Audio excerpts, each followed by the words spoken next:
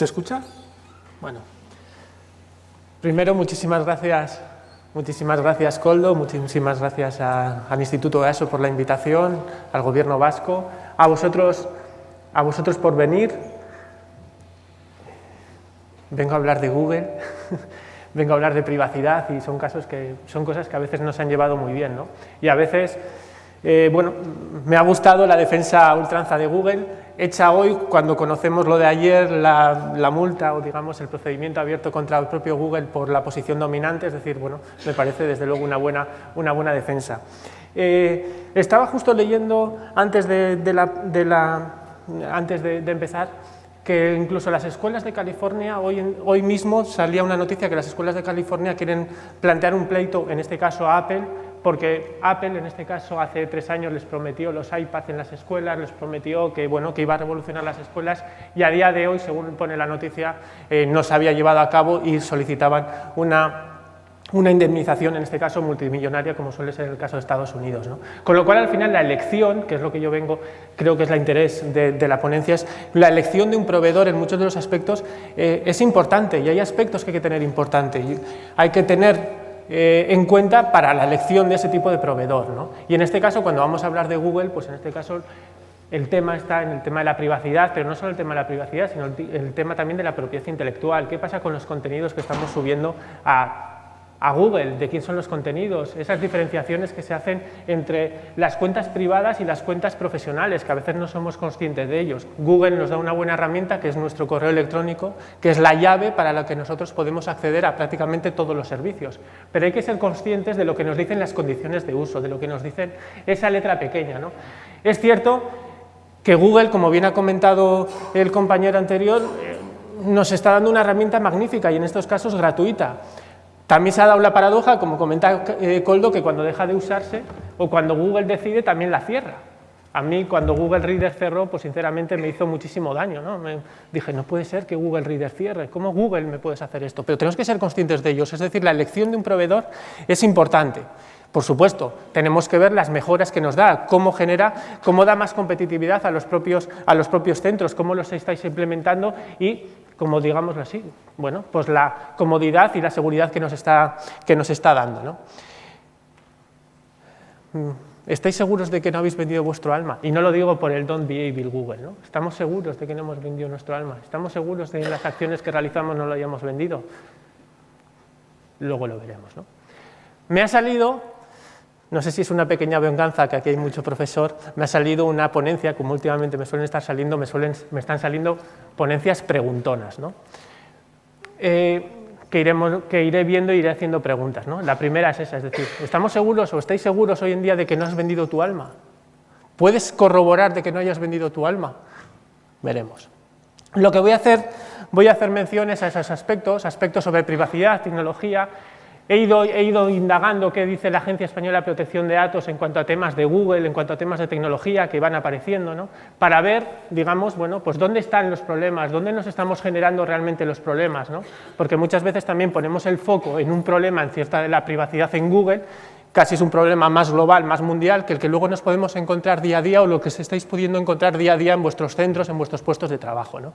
Por eso he hecho he ido recabando ciertas resoluciones de las agencias para ver problemas que se han ido generando, también la jurisprudencia, tribunales que están diciendo en estos tipos de aspectos, ¿no? Sobre el uso de YouTube, si se puede o no se puede utilizar YouTube, por ejemplo, en un centro, el uso de las redes sociales, el uso de las fotos, el uso de las imágenes, el uso de la difusión en el fondo de la información, ¿no? Cómo hacerlo, cómo no hacerlo.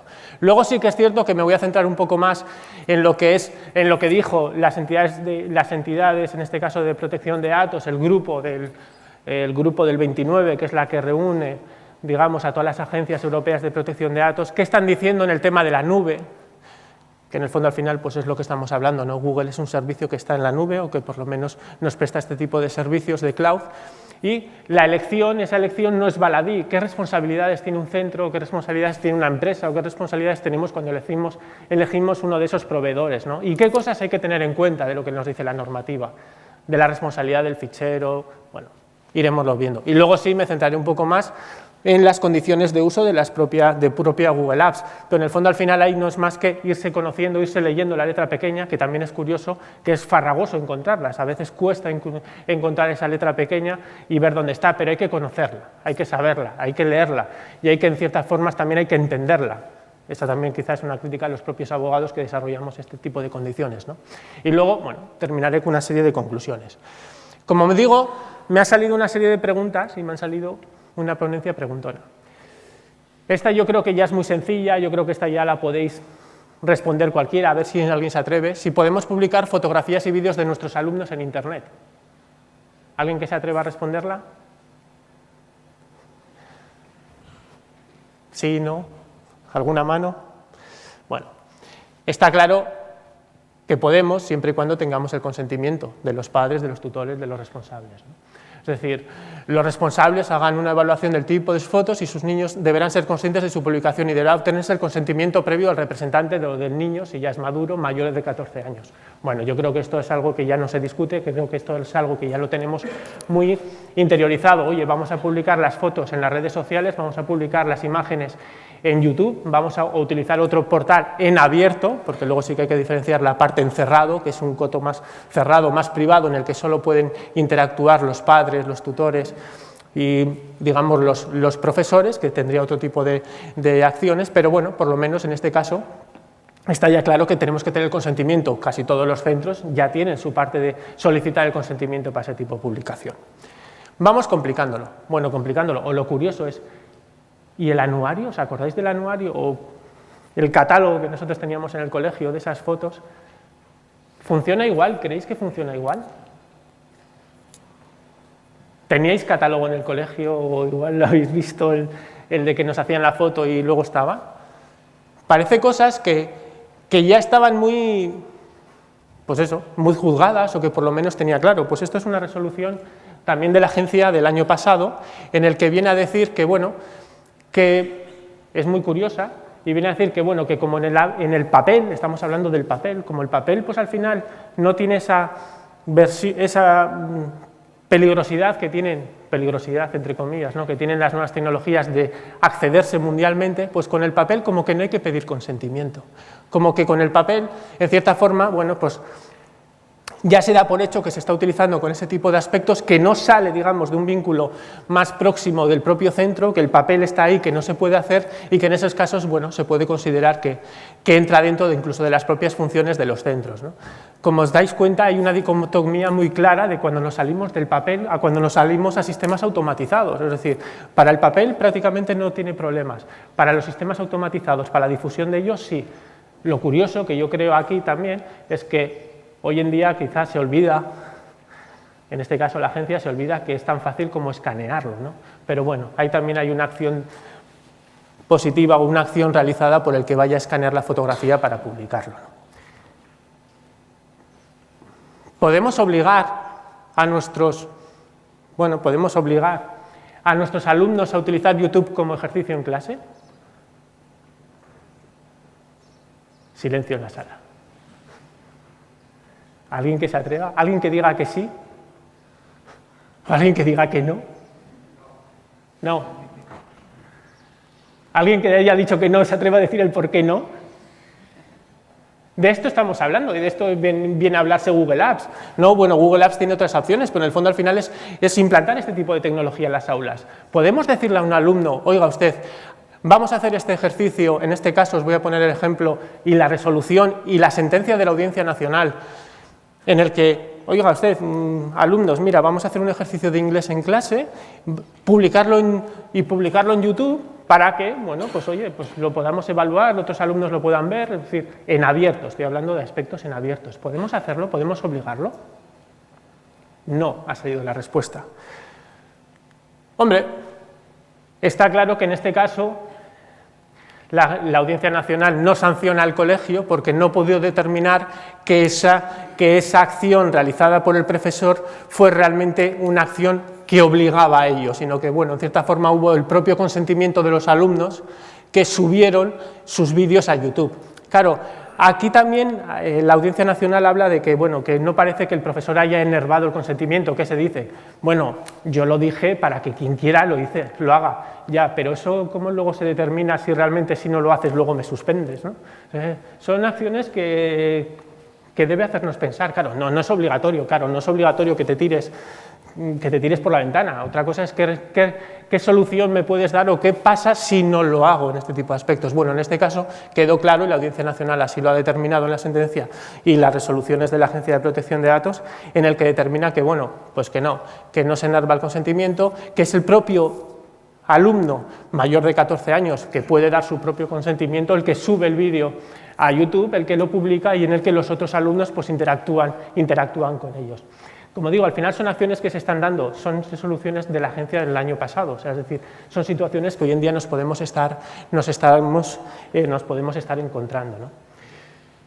Y para terminar, claro, también estamos hablando de, en el fondo al final, de dispositivos móviles, de la utilización, de cómo utilizamos estos portátiles, cómo utilizamos los móviles, cómo utilizamos, pues en la Escuela de California, cómo se está utilizando el iPad, aunque también me consta que hay colegios aquí que lo están utilizando, pero ¿podemos acceder a su portátil, a su PC, al móvil del propio, en este caso del propio alumno? ¿Alguno valiente en la sala que se atreva a responder? ¿Vosotros qué diríais, sinceramente? No, yo digo, ¿vosotros qué creéis que haríais? ¿Que se puede, que no se puede, que...? Parece que no. Claro, pero tenemos móviles, en las colegios ha llegado el móvil, ¿no? En algunos, o sea, depende del tipo de edad. Han llegado los portátiles. También habría que determinar en este caso si un portátil es del centro o no es del centro, pero son cuestiones que llegan, ¿no?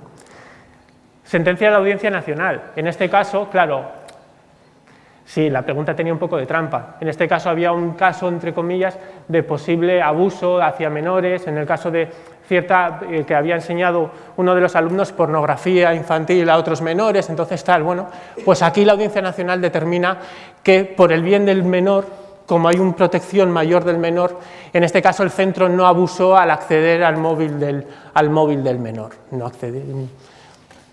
abusó. ¿Por qué? Porque dentro de la propia normativa, incluso por la propia ley reguladora del derecho a la educación y por el propio uso, por el propio bien protegido del menor, pues se pudo acceder al móvil para determinar realmente si eso había sucedido o si eso no había sucedido. Pero claro, al final todas estas acciones acaban en los juzgados, acaban en los jueces, acaban en que tenemos un problema. También es cierto que al final la jurisprudencia nos irá creciendo y nos irá diciendo, y al final todos los casos no son iguales, pero bueno, hay que ir determinando caso por caso. Aquí en este caso pues dice que sí porque hemos detectado o porque ha podido haber una acción gravísima y hay que proteger en cierta forma el bien del menor y se ha podido acceder a su móvil, a su portátil, a su PC, es decir, tenemos que ser conscientes que son sitios donde juega mucho la privacidad. De hecho, el derecho fundamental a la privacidad juega dentro de este tipo de dispositivos o juega dentro de nuestros propios dispositivos, ¿no? Y siempre hay derechos fundamentales ahí que hay que poner en una balanza. El derecho fundamental a la privacidad del menor, a nuestra propia privacidad, otros derechos fundamentales hacia la protección del menor o hacia la protección, o en este caso hacia la educación, ¿no? Así que son situaciones que hoy en día se van dando, que hoy en día vamos teniendo y que hoy en día pues hay que tenerlos en cuenta. Ya centrándonos en el tema del cloud computing, en el tema de la utilización o la elección de un proveedor, en este caso, por ejemplo, Google Apps, como digo, salió hace ya 2 años unas guías de las agencias europeas de protección de datos, en este caso de la Agencia Española de Protección de Datos, pero basada en un informe de las entidades que gestionan o en las entidades que regulan la privacidad en Europa, donde viene a decir, oye, cuando tú vas a elegir un proveedor, tu centro, tu empresa, va a elegir un proveedor, tienes que tener en cuenta una cosa, que tú eres el responsable de los ficheros, nosotros somos los responsables de esos ficheros, somos responsables de los ficheros de los alumnos, somos responsables de los datos de los alumnos, somos responsables de los datos que pueda haber ahí dentro, con lo cual es nuestra responsabilidad elegir y tenemos la responsabilidad, y de hecho tendremos la responsabilidad por la elección del proveedor. Tenemos que decidir si ese proveedor nos da ciertas medidas de seguridad o no nos da ciertas medidas de seguridad, y tenemos que decidir o no tenemos que elegir si realmente ese proveedor cumple con la normativa europea, que a nosotros es lo que realmente nos afecta. y luego no le vamos a poder decir a la agencia o al juzgado o a quien sea correspondiente, oye, es que mira, es que Google ha metido la pata, ya, Google ha metido la pata, pero eres tú el responsable de haber elegido en este caso a Google. Como digo a Google, digo a otro proveedor, es decir, no me vale y no pongo aquí de malo a Google, puedo poner de malo a cualquier proveedor o de bueno, pero son las cosas que tenemos que tener en cuenta, ¿no? Tenemos que ser conscientes que el cliente, o en este caso nosotros, somos responsables del fichero y que ellos son lo que se dice en la normativa un encargado de tratamiento. Ellos hacen un tratamiento de la información, pero nosotros somos responsables de ellos. Y si Google, entre comillas, como digo, mete la pata, nosotros nos tenemos que responsabilizar o somos sus responsables, a no ser que hayamos cumplido o tenido la diligencia debida a la elección del proveedor y habernos, digamos, entre sí, pues habernos lavado un poco las manos, ¿no? Nos obliga la propia normativa a firmar un contrato de encargado de tratamiento. Si me llegáis a preguntar hace 2 años si Google Apps o Google cumplía con la normativa de protección de datos, hubiera dicho que no, con lo cual os hubiera dicho que estamos incumpliendo brutalmente la normativa y que sí, que Google nos da muchas acciones, nos da muchas cosas, pero en cuanto a la normativa europea no la cumple, con lo cual pues tenemos un problema si en un caso tenemos algún tipo de inspección, algún tipo de caso por haber utilizado este proveedor. Hoy en día Google es cierto que se va poniendo las pilas, tanto porque el legislador le está llevando entre comillas al redil, porque bueno, también hay sanciones y porque también hay agencias que se están organizando en ello, ¿no?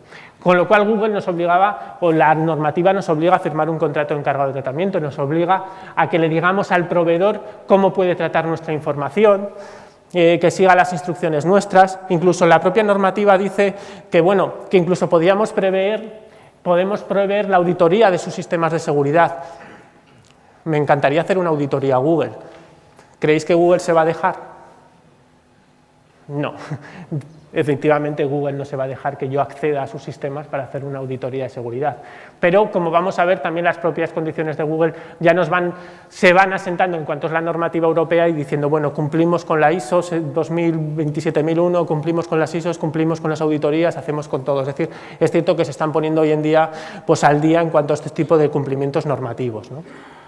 Además, tenemos que, como proveedor, nosotros como responsable debiéramos saber dónde almacena los datos Google o cualquier proveedor. No nos lo va a decir tampoco. Es cierto que hay últimamente otro tipo de nubes que ya nos están diciendo, oiga usted, que los datos no salen de Europa.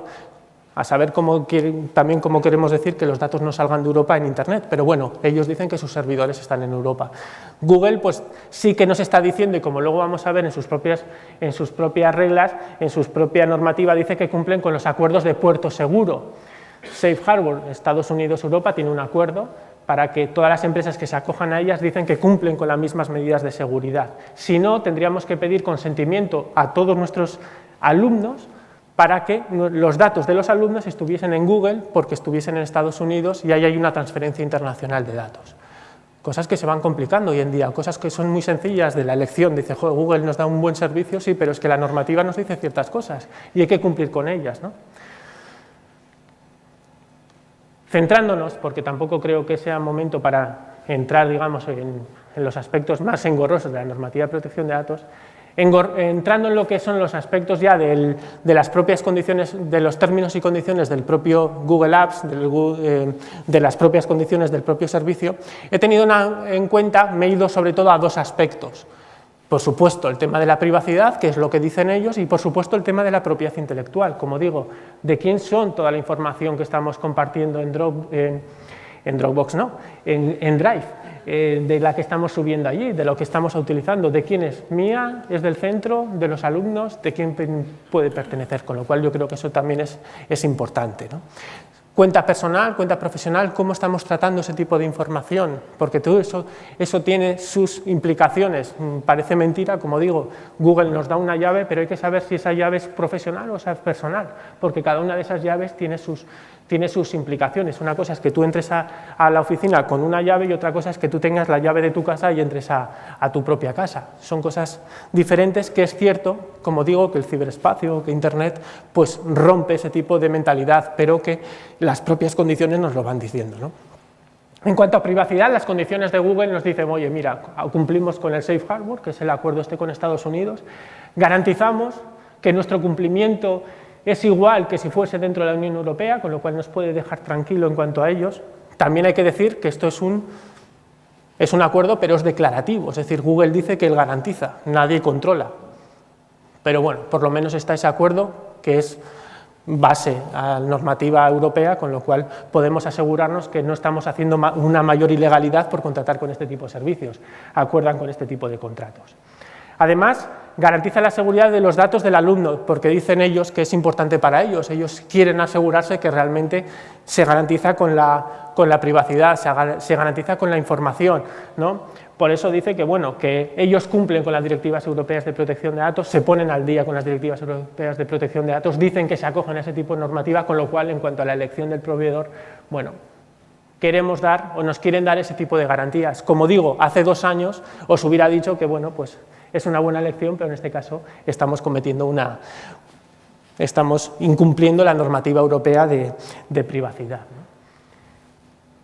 Como digo, además hay que tener consciente estas diferenciaciones entre las condiciones personales y las cuentas profesionales en cuanto a tema de propiedad intelectual. Si veis ahí, para las cuentas profesionales, para Google Apps, que en este caso es Google Apps for Education, dice abajo del todo, ahí abajo, el cliente es el titular de todos los derechos de propiedad intelectual correspondiente a los datos del cliente y Google es el titular de todos los derechos de propiedad intelectual correspondiente a los servicios, con lo cual, si estamos utilizando la cuenta de Google Apps para educación, ya nos está dejando claro que los datos que nosotros subamos ahí no cedemos ningún tipo de titularidad de la información, los datos son del cliente, es decir, los datos son del centro, son nuestros informes, nuestros exámenes, bueno, todo lo que se pueda encontrar dentro de Google Drive o dentro de las propias aplicaciones, ¿no?